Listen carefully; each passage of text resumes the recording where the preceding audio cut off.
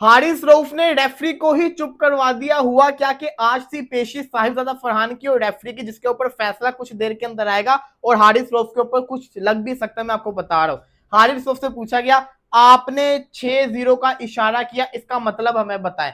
हारिस रऊफ सामने रेफरी से पूछते हैं कि आप बताएं आपको क्या लगता है 6-0 का क्या मतलब है। दुबई में समाप्त के दौरान हारिस रऊफ ने मैच रेफरी से कहा कि 6-0 का मतलब बताया, जिस पर रेफरी जो थे वो खामोश रह गए।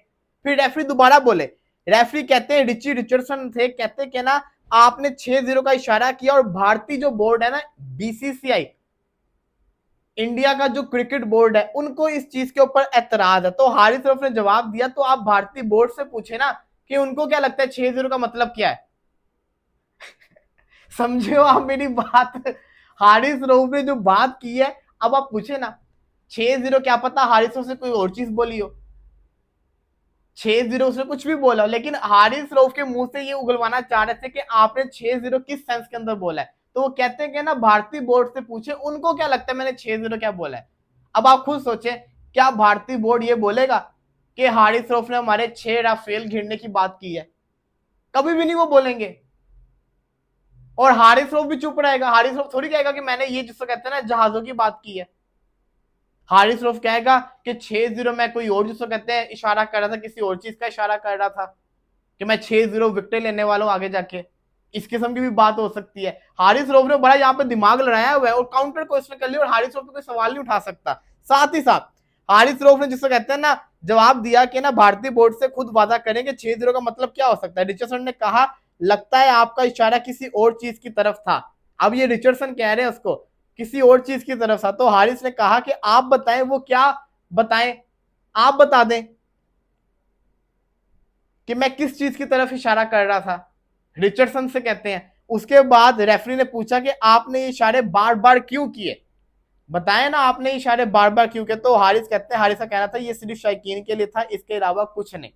मतलब फैंस के लिए था, जो लोग वहां पे बैठे थे उनके लिए था, इसके अलावा कुछ भी नहीं। हारिस ने एंड में क्लियर कर दिया ये इंडियन टीम के लिए नहीं था, ये फैंस के लिए था। जो फैंस उसको कोहली कोहली के नाम से बार बार टीज कर रहे थे तो उसने उनको जवाब दिया था।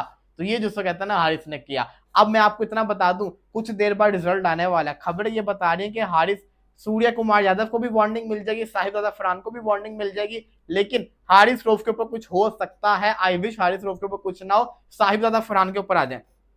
फरहान से पूछा गया आपने ये गन क्यों चलाई। फरहान कहते हैं मेरी इसमें कोई इंटेंशन नहीं थी, मेरे दिमाग में ऐसा कुछ भी नहीं था कि मैं किसी की तरफ जो कहता ना इशारा कर रहा हूँ। ये हमारे पख्तूनों का रिवाज है, ये हमारी सेलिब्रेशन है, पख्तून हूं तो मैंने अपने जिसको कहते हैं ना कबाइल के लिए जिसको कहते हैं ना ये वाला सब कुछ किया था।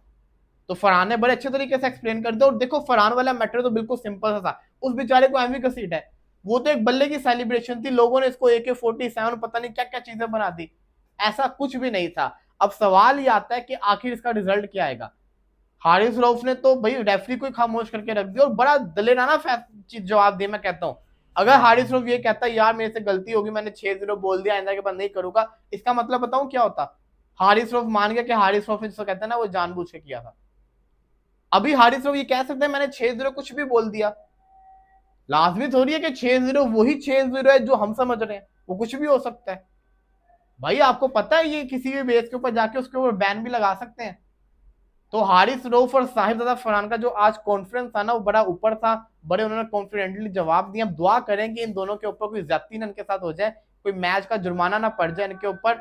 अदरवाइज फाइन वगैरह की खैर है, लेकिन मैच वाली पाबंदी वाला काम इनके साथ होना चाहिए। लेट्स सी देखते हैं कि ना आगे जाके इसका क्या रिजल्ट आता है। दुआ करें कि अच्छा रिजल्ट है दोनों के हक के अंदर।